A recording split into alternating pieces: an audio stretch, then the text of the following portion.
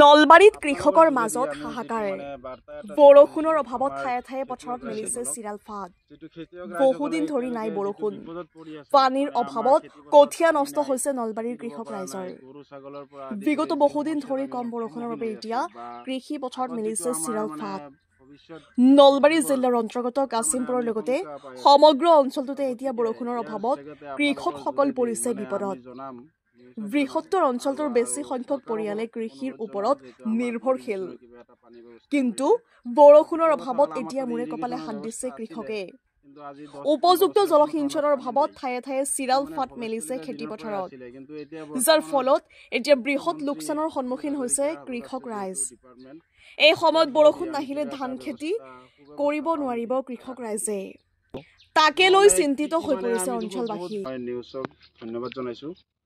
তো আপোনালোকৰ যোগেদি আমি যিটো বাৰ্তা এটা দিব খুজিছো আমাৰ খেতিয়ক ৰাইজসকলক, যিটো খেতিয়ক ৰাইজসকলে এতিয়ালৈকে যিটো বিপদত পৰি আছে, আমাৰ খেতি পথাৰত পানী নাই, খেতি দিব পৰা নাই, গৰু ছাগলৰ পৰা আদি কৰি যি সমস্যাত আমি সন্মুখীন হৈ আছো, বা আগত যিটো আমাৰ ভৱিষ্যত যিটো দুৰ্যোগৰ এটা আমি শংকা পাই আছো।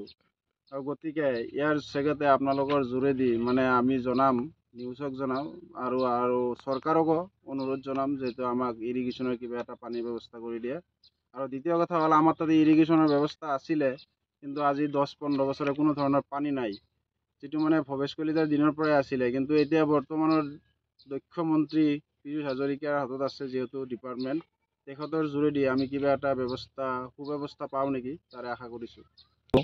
নহ'লে কি আমি দেখোঁ বহুত ডাঙৰ সমস্যাৰ সন্মুখীন হ'ম। আমি খাম কি? আমাৰ যিবিলাক গোটেই গাঁৱৰ মানুহবিলাক গৰীব মানুহ, 2-1 বিঘা মাটি খেতি কৰি চলি আছে। গতিকে গৰু ছাগলৰ পৰা আদি কৰি সিহঁতৰ খাদ্য কেনেকৈ পাব, বা আমি কেনেকৈ খাম, কেনেকৈ চলিম, এইখিনিতে আমাৰ ক'ব লগা। গতিকে যিটো আমি দুবেলা দুমুঠি খাই আছোঁ, একমাত্ৰ খেতিৰ ওপৰত নিৰ্ভৰশীল আমি।